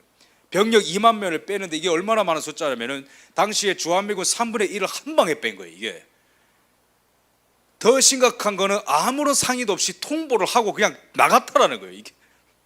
북한과 중국은 그렇게 내밀하게 얘기를 하는데, 이런 일련의 충격적인 사태를 맞으면서 박정희 대통령이 머리가 아파옵니다. 여기서부터 뭘 구상하냐? 우리나라가 자체적으로 핵무장한다. 두 번째, 이제는 무기를 미국한테 받지 않고 무기의 국산화를 시도한다. 이 두 개를 시도하는 거예요. 그러면서 미국의 압력이 들어오기 시작합니다. 미국도 이때 정책이 왔다 갔다 하는 게 자기들이 안보를 불안하게 만들어 놓고 우리가 무기를 스스로 만들겠다면 그것도 하지 말라고요. 그러면 미국의 원조 금액 같은 것도 의회에서 전부 다 3분의 1 수준으로 다 잘라냅니다. 근데 이 나라가 이제 기업을 만들기 시작하고 경제적으로 쭉 가려면은 군사 비용 같은 걸 최대한 아껴야 돼. 근데 군사 비용을 또 추가적으로 엄청 지출하게 생긴 거예요. 근데 이 상황에서 70년대 이 안보 위기만 해도 엄청나게 불안한데 1971년 8월에 닉슨 쇼크가 터집니다. 이게 뭐냐면은 미국이 2차 대전 이후에 경제적으로 너무 많이 베풀었어요. 독일한테 주고 일본한테 주고 전후 복구 작업을 도왔으니까요. 그러면서 전 세계에서 만들어주는 거를 다 사줬어요, 미국이. 그러다 보니까 무역 적자가 너무 심한 거예요. 그래서 미국이 만든 거는 너네가 안 사주는데 왜 우리만 사야 되냐 이러면서 미국으로 들어오는 모든 수입품에다가 관세 10%를 다 때려버린 거예요. 그러면은 10만 원짜리가 11만 원이 되고요, 100만 원짜리가 110만 원이 되죠. 그러면 미국한테 수출하는 기업들은 전부 다 거의 다 줄도산하게 돼 있습니다. 근데 우리나라는 너무나 비운적인 게 이제 기업이 만들어졌는데 팔라고 하니까 문 닫겠다라는 거예요. 그래서 닉슨 쇼크가 뭐냐, 이 일련의 조치를 통해서 대한민국 기업이 생기자마자 줄도산할 위기가 바로 닉슨 쇼크라고 하는 겁니다. 72년 유신 전에 유신을 이해하려면 그 맥락을 봐야 됩니다. 이런 일이 쫙 일어나는 거예요. 그 다음에 오스트레일리아, 뉴질랜드가 미국이 베트남에서 나갑니다. 그 다음에 72년 10월 맨 밑에 일본의 자민당조차도 맨날 미국 따라하죠, 그죠? 미국이 하는 건 그냥 다 따라합니다. 미국이 북한과 잘 지내겠다 이러니까 일본도 아 그렇습니까? 이러면서 막 따라가는 거예요. 하이! 막 이러면서. 일본의 자민당도 북한과 교류 추진, 그러니까 한국만 왕따가 되는 거예요, 자꾸. 근데 이 안보가 얼마나 희한하게 돌아가냐면은 북한이 그거 믿고 계속 꿀밤 때리는 거예요, 남한을. 해봐 이러면서.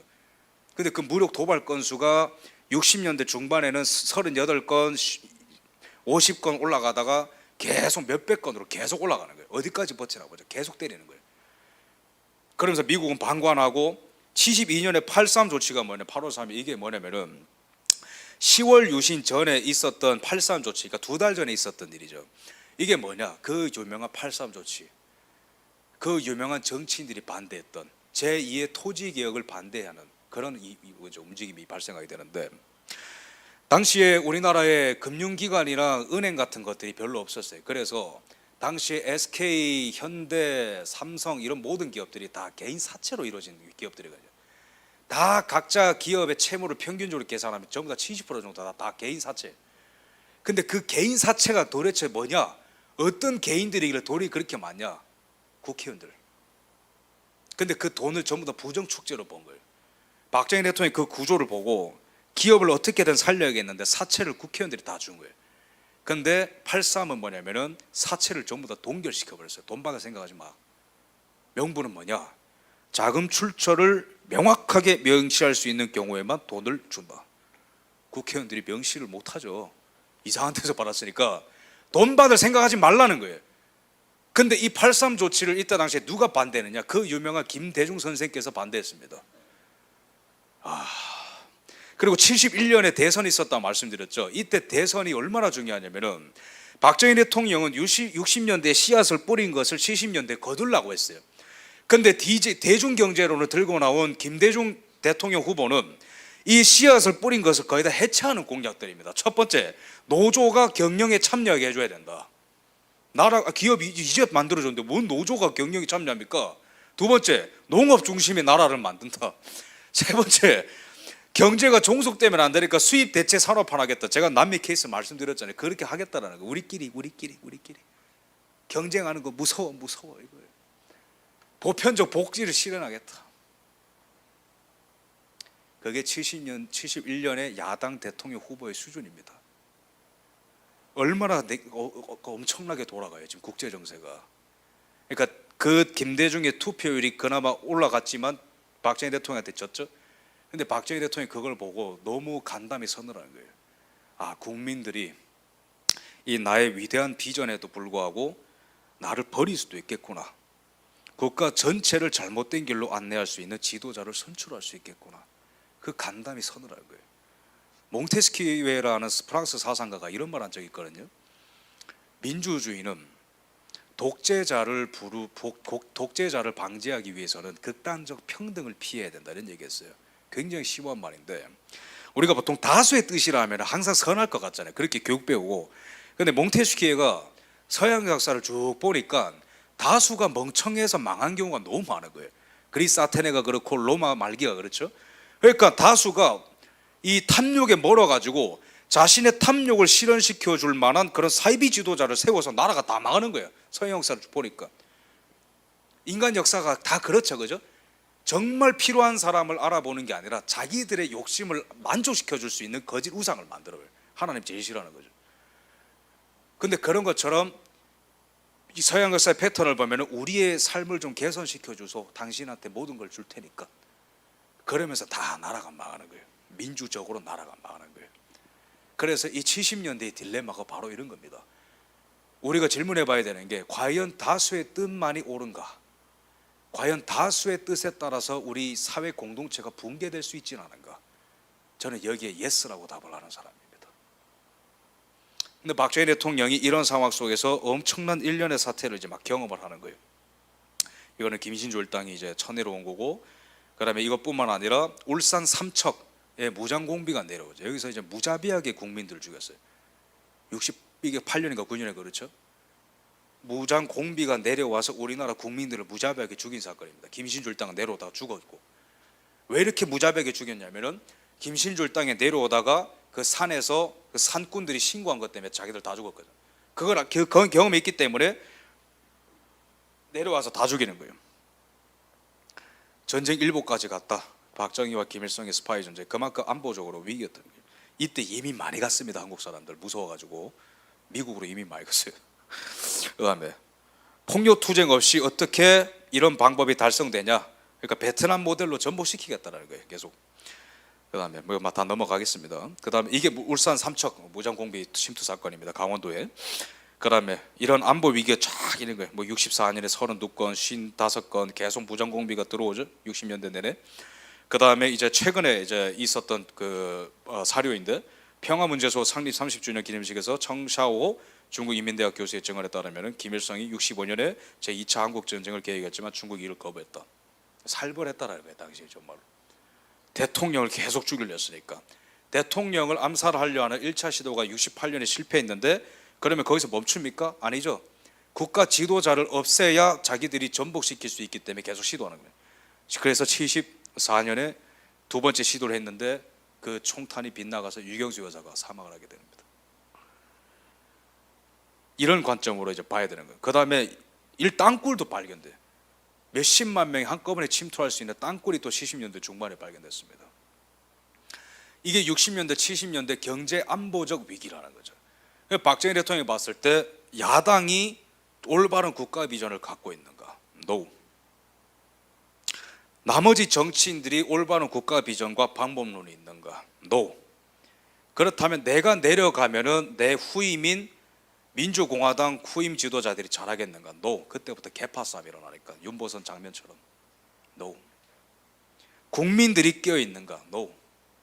그렇다면 나머지 방법은 뭐냐? 이 모든 올바른 길을 인식하고 있는 내가 모든 권력을 갖고 끌고 가고 일관된 리더십을 통해서 대한민국을 완성시키겠다. 그 의지인 거예요. 저는 대단한 결단을 보고, 만약에 여기서 우리가 멈췄다면은 대한민국 기업 줄도산했고, 대한민국 안보 제주도부터 서울, 인천, 강원도까지 다 뚫리고, 민주주의란 이름으로 시위를 허용해 주게 되면은 그게 시위와 만나게 되고, 그다음에 대통령이 만약에 여기서 시해를 당했다 하면은 무정부적인 상태 속에서 나라가 무너졌다고 보는 입장입니다. 그래서 항상 다수의 뜻이 옳지 않다라는 거 우리가 고민하고 가슴에 새겨야 될 겁니다. 그리스도인들일수록. 다 넘어가겠습니다. 제가 그냥 말로 다 설명했는데, 이게 미국 국산화, 이거는 김대중의 뭐 정책 이런 겁니다. 닉슨 쇼크 이후에 한국 경제가 이제 꼬꾸라졌다라는 거, 8.3 조치 이런 거예요. 그런데 우리나라에 이 기독교인들이 대단히 독특한 게 뭐냐면은, 유신이 선언됐을 때 한 기독교 집단은 완전히 양극으로 찢어져서 박정희 대통령을 비판하기도 하고 찬양하기도 했어요. 찬양. 근데 압도적으로 많은 숫자는 당연히 찬성하는 쪽이었습니다. 우리가 여의도에 빌리그램 목사님 와가지고 여의도 광장 기도했잖아요. 이게 73년인가 그렇죠? 2년인가? 어쨌든 그 유신 그쯤입니다. 근데 그 이후로도 박정희 대통령에 대한 지지는 기독교인들의 지지는 거의 압도적이었어요. 이 기도회를 할 때 어떤 기도 제목이 있었는 줄 아세요? 반공과 나라를 위한 기도 제목이 있었어요. 박정희 대통령을 위한 기도가 있었습니다. 왜 그랬냐면은 나라 따로 교회 따로 없다라는 거예요. 기독교인들한테는 당신들은 나라 만드세요. 당신들은 앞에서 총 쏘세요. 우리는 뒤에서 기도하랍니다. 그런 게 기독교인들 아니라는 거예요. 나라가 있어야 교회가 있고 교회가 회복되어야 나라도 회복된다. 그 믿음 때문에 우리 선배 세대들은 한 번도 나라를 위한 기도를 신 적이 없고 한 번도 나라가 투쟁적인 그런 상황에 위험에 놓였을 때 남의 일처럼 방관한 적이 없어요. 항상 전선에서 기도했고 항상 필요한 일이 있다라면 그때 목사님들 다 공수부대 지원하고 막 그랬잖아요. 같이 가는 거죠. 박정희 대통령 말년은 이 지미 카터와의 불화 속에서 우리가 이해를 해야 되는데 이 양반은 더 세게 나가는 거예요. 저 정말 안 좋아하는 대통령인데 기독교인이라고 얘기는 하지만은 제가 가장 싫어하는 이유가 뭐냐면은 기독교 윤리가 아무것도 없기 때문에 그런 거예요. 기독교 세계관이 파괴됐는데 기독교인이라고 박정희 대통령한테 교회 다니라고 이런 말해서 더 싫은 거예요. 이 사람이. 이 사람이 아이젠하워보다 더 세게 주한미군 철수를 주장하면서 당선된 사람이니까 장점이 없어요. 보통 미국 대통령들 보면 특징들이 있거든요. 이 사람은 뭐 경제도 안 보고 뭐 이런 게 있어요. 이 사람은 특징이 없으니까 주한미군 철수로 당선이 됐어요. 이 사람이. 그러니까 주한미군 철수를 위해서 한국에 왔어요. 또 78년인가 9년에 박정희 대통령이 뭐 왜 왔냐 물어보니까 뭐 여러 가지 얘기가 오고 가는데 주한미군을 철수하겠다. 근데 이 사람이 얼마나 급진적인 사람이냐면은 닉슨은 그래도 양심이 있어서 3분의 1을 뺐지 이 사람은 한 방에 다 뺄라고 했어요. 정말로. 근데 그걸 막은 게 누구냐면 미국 국방부입니다. 각하. 그건 좀 무리수. 그래 그 더 이상 이제 야 내가 대통령을 설득해야겠다. 한국까지 왔어요. 박정희 프레지던트 박 주한미군 나간다. 근데 박정희 대통령이 그랬어요. 나가려면 나가라 이 자스가. 자석은 안 했겠죠, 그죠? 나가려면 나가라. 근데 나가되 지금은 아니다라는 이유를 조목조목 설명했어요. 야 내가 60년대 후반부터 무슨 일이 있었는지를 쫙 설명. 아까 제가 말한 얘기를 다 하는 거예요. 너네들이 나가되 이러한 이런 어떤 기초적인 안전 장치 같은 것들을 확보하고 나갈 테면 나가라. 그게 내 소원이다 임마. 그래서 지미 카터가 그럴 수 없는 이유를 막 얘기하는 거예요. 그러면서 지미 카터가 갑자기 박정희 대통령한테 이제 이 박정희 대통령이 45분 동안 지미 카터한테 설교했어요. 나가면 안 되는 이유를. 지미 카터 화가 나가지고 옆에 앉아 있는 국방부 장관한테 이 사람이 지금 입 안 닮으면 난 나가버리겠다 막 삐지고 막 그랬어요. 그 다음에 지미 카터 화나가지고 박정희 대통령한테 한국에 지금 인권 상황이 안 좋다는데 개선을 좀 해라 또 훈수를 막 두는 거예요. 박정희 대통령이 절대 말씀 안 집니다. 만약에 당신네 앞에 워싱턴 DC 앞에 델라웨어에 소련군이 진주했다면은 당신들은 자유인이 인권인이 말할 수 있겠느냐? 당신들도 남북전쟁 일어날 때 링컨이 그렇게 무지막지한 독재했지 않느냐? 우리도 지금 전쟁 중이기 때문에 그럴 수 없다. 현실을 깨달아라. 또 막 면박 중에 지미 카터가 막 할 말이 없으니까 막 분해가지고 막 나가자 이거 막 삐져서 나간 거예요. 그 자동차 타고 가다가 막 뭐 주한미군 대사한테 막 30분 동안 막 삿대질한 거예요. 막 어디 막 나한테 막 미리 말해줬어야지. 자기가 말씀 줘놓고 그저 밑에 사람한테 화풀이 하고. 그러면서 미국과 사이가 삐그덕거리다가 여러 가지 일이 일어나죠. 그래서 마치 이승만 대통령을 제거하려 했었던 이승만 대통령 말기에 그 장면을 밀어주고 민주당을 밀어주고 동아일보한테 돈 줘가지고 이승만 비난하고 그 미국이 했던 짓이거든요. 일이거든요. CIA가 뒤에서 공작하고. 근데 박정희 대통령 말기에도 똑같은 일이 일어나는 거예요. 말 안 듣는다. 저 사람 개발하려고 한다. 민심 흔들어라. 계속 일어나는 거예요. 그런 어떤 그 국제 정세 속에서 고립되어 갖고 또 국내적으로는 여러 가지 정치적인 기업이 일어나면서 박정희 대통령의 업적을 이어가자라기보다 고마 좀 그만하자 막 그런 물결이 말해보는 거예요. 역사를 보면 참 마음이 아파요. 다 해준 사람인데 그만하라고 하는 거예요. 그러다가 이제 11.6 사태를 통해서 이제 시해 당하시고 이제 서거를 하시는데, 근데 박정희 대통령의 이제 국장입니다. 이게 국장 사진입니다. 많은 사람들이 나왔죠, 그죠? 많은 사람들이 나와서 통곡하고, 많은 사람들이 나라를 잃어버린 듯이 아버지를 잃어버린 것처럼 막 통곡하고 난리가 났어요. 그럼 이분들은 왜 이렇게 나라의 아버지를 잃은 것처럼 울었느냐? 이 5가지를 박정희가 줬기 때문에. 첫 번째, 우리도 할 수 있다는 자신감. 우리가 해주세요, 도와주세요, 보호해주세요, 배고픕니다가 아니라 우리도 할 수 있고, 우리도 만들 수 있고, 우리도 싸울 수 있고, 우리도 자윤이다. 이걸 가르쳐주는 사람이에요. 처음 가르쳐준 사람이에요, 대한민국에. 그러니까 잊을 수가 없는 거예요, 선배 세대들이, 어르신들이. 두 번째, 국가 권력으로부터 시장을 해방시키고 시장을 창출했다. 에이지 오브 디스커버리가 중세 대항해 시대라고 불린다면은, 대한민국에서는 박정희 대통령이 수출과 중화학공업이라는 새로운 세상을 만들므로써, 박정희 대통령이 한미상호 방위조약으로서 해양 세력으로 대한민국을 밀어넣었다면 거기서 활약할 수 있는 무기를 쥐어준 거예요. 중화학공업. 철 팔고, 자동차 팔고, 선박 팔고, 석유 팔고. 그러면서 시장이 커지게 되면서 거기서 일하는 사람들이 증가하게 되고, 이제는 나라한테 땅을 주세요, 쌀을 주세요가 아니라 우리가 만들어서 우리가 돈을 벌었습니다. 우리가 서로만 있으면 됩니다. 당신은 저기 이제 뒤에 있으세요. 우리가 돈 내니까 우리가 국민입니다. 우리가 세금 내니까 당신들이 국회의원입니다. 이러면서 민주화가 되는 겁니다, 산업화를 통해서. 세 번째, 균형 있는 발전, 농촌 근대화, 새마을운동 말씀드렸죠. 네 번째, 반공체제 강화 및 무기국산화, 이건 이제 유신체제입니다. 다섯 번째, 자유공화국 확립. 이 1, 2, 3, 4번을 통해서 자유인의 나라가 확립이 되는 거예요. 제가 완성이라는 단어를 안 쓴 이유가 뭐냐면은, 확립, 이승만 대통령은 자유의 착상과 확장이죠. 들어오고 확장시키고, 확립은 제도적으로 이걸 안착을 시키는 과정이에요. 근데 왜 제가 완성이라고 안 했냐면은, 나머지 완성은 우리의 몫이기 때문입니다. 마지막 PPT 장면입니다. 오늘의 강의가 남기는 주제는 단순하게 이거라고 생각합니다. Freedom is not free. 자유는 공짜가 아니다. 자유는 거저 주어지는 게 아니다. 토마스 선교사의 순교로부터 시작하는 그 피 흘림의 역사, 쫙 죽으러 왔죠, 그 선교사가. 그 다음에 다른 미국 선교사들도 다 죽으러 온 거예요. 다 죽으러 온 거예요. 그 하늘의 그 생명이 하늘에 미랄되어서 땅에 떨어져서 생명이 생명을 낳고, 생명이 생명을 낳고, 제자가 제자를 낳고, 그러면서 걸출한 이승만이라는 존재에게 하나님이 많은 지혜를 주셨어요.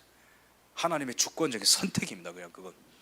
그 지혜 속에서 미국이라는 인류의 유산이라고 부를 수 있는, 그 서구에서 태어난 가장 걸출한 걸작품이라고 할 수 있는 그 미국의 모든 장점들을 다 흡수하고, 이승만이 그걸 통째로 그 나무를 갖다가 이 땅에다가 심어버린 거예요. 이렇게 가야 된다, 우리는. 토달지 마라. 그 와중에 엄청난 전쟁이 있었고, 체제 전쟁이 엄청나게 있었고, 동족 상잔, 엄청난 피 흘림이 있었어요. 국군이 60만이 사상자가 생기고, 일반 국민들이 100만 명이 죽어나갔어요. 그런 엄청난 전쟁을 통해서 피가 흥건하게. 그런데 박정희라는 걸출한 지도자가 태어나서 나 스스로도 이 한국 전쟁에서 거룩한 명분을 갖고 피 흘림을 위해서 피 흘렸다. 하지만 이 나라가 정말로 나라 되려면은, 이 나라의 건국 이상이 완성되려면은 국민의 기본 권리가 충족되어야 된다. 근데 그게 엄청난 위대한 의미인지는 제가 산업화와 시장 경제를 통해서 말씀드렸습니다. 그걸 통해서 이 네이션 빌딩의 4대 요소, 스테이트 빌딩, 네이션 빌딩, 파티시페이션, 디스트리뷰션이 하나 둘씩 불이 켜지는 거예요, 이 나라에. 그러면서 이 서로 4개가 서로 불빛을 주고받으면서 지금 우리가 노리는 자유민주주의가 만들어지게 돼.